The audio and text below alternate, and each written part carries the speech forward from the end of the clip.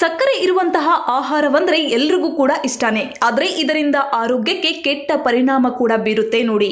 ಸಕ್ಕರೆಯ ಸೇವನೆಯನ್ನ ಕಡಿಮೆ ಮಾಡೋದ್ರಿಂದ ಆಗುವಂತಹ ಪ್ರಯೋಜನಗಳು ಏನು ಅನ್ನೋದ್ರ ಬಗ್ಗೆ ನಾವು ನಿಮಗೆ ಹೇಳ್ತಾ ಹೋಗ್ತೀವಿ. ನಮ್ಮ ಆಹಾರ ಪದ್ಧತಿಯಲ್ಲಿ ಸಣ್ಣ ಪುಟ್ಟ ಬದಲಾವಣೆಗಳನ್ನ ಮಾಡಿಕೊಳ್ಳುವ ಮೂಲಕ ನಮ್ಮ ಆರೋಗ್ಯವನ್ನ ಕಾಪಾಡಿಕೊಳ್ಳಬಹುದು.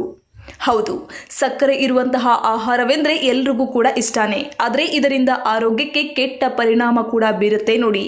ಸಕ್ಕರೆಯ ಸೇವನೆಯನ್ನ ಕಡಿಮೆ ಮಾಡೋದ್ರಿಂದ ನಮ್ಮ ಆರೋಗ್ಯಕ್ಕೆ ಸಾಕಷ್ಟು ಪ್ರಯೋಜನಗಳಿವೆ. ಹಾಗಾದ್ರೆ ಬನ್ನಿ, ಯಾವುವು ಆ ಪ್ರಯೋಜನಗಳು ಅಂತ ನೋಡೋಣ. ತೂಕ ನಿಯಂತ್ರಣ.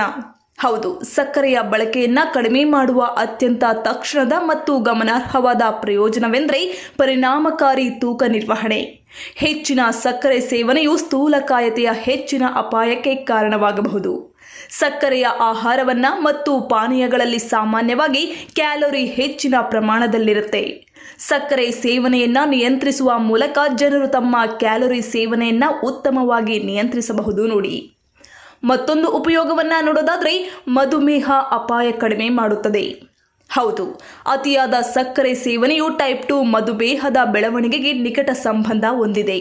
ಹೆಚ್ಚಿನ ಸಕ್ಕರೆ ಸೇವನೆಯು ಇನ್ಸುಲಿನ್ ಪ್ರತಿರೋಧಕ್ಕೆ ಕಾರಣವಾಗಬಹುದು. ಆಹಾರದಿಂದ ಸಕ್ಕರೆಯನ್ನ ಕಡಿತಗೊಳಿಸುವ ಮೂಲಕ ಜನರು ಟೈಪ್ 2 ಮಧುಮೇಹವನ್ನ ಅಭಿವೃದ್ಧಿಪಡಿಸುವ ಅಪಾಯವನ್ನ ತಗ್ಗಿಸಬಹುದು ನೋಡಿ. ಮತ್ತೊಂದು ಉಪಯೋಗವನ್ನ ನೋಡೋದಾದ್ರೆ ಮಾನಸಿಕ ಆರೋಗ್ಯ ವೃದ್ಧಿ.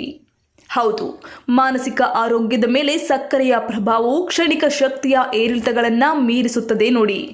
ಇನ್ನು ಹೆಚ್ಚಿನ ಸಕ್ಕರೆ ಸೇವನೆಯು ಅರಿವಿನ ಕುಸಿತ, ಖಿನ್ನತೆ ಮತ್ತು ಆತಂಕದಂತಹ ಮಾನಸಿಕ ಆರೋಗ್ಯ ಸಮಸ್ಯೆಗಳ ಅಪಾಯವನ್ನ ಹೆಚ್ಚು ಮಾಡುತ್ತೆ. ಮತ್ತೊಂದು ಉಪಯೋಗವನ್ನ ನೋಡೋದಾದ್ರೆ ಹಲ್ಲಿನ ಆರೋಗ್ಯವನ್ನ ಸುಧಾರಿಸುತ್ತದೆ. ಖಂಡಿತವಾಗ್ಲೂ ನಿಮ್ಮ ಆಹಾರದಿಂದ ಸಕ್ಕರೆಯನ್ನ ಕಡಿತಗೊಳಿಸುವುದು ನಿಮ್ಮ ಬಾಯಿಯ ಆರೋಗ್ಯಕ್ಕೆ ವರದಾನವಾಗಿದೆ. ಅತಿಯಾದ ಸಕ್ಕರೆ ಸೇವನೆಯು ಹಲ್ಲಿನ ಕೊಳೆತ ಮತ್ತು ಕುಳಿಗಳಿಗೆ ಕಾರಣವಾಗುತ್ತದೆ. ಸಕ್ಕರೆ ಅಂಶ ಬಾಯಲ್ಲಿ ಹಾನಿಕಾರಕ ಬ್ಯಾಕ್ಟೀರಿಯಾಗಳಿಗೆ ಕಾರಣವಾಗಬಹುದು ನೋಡಿ.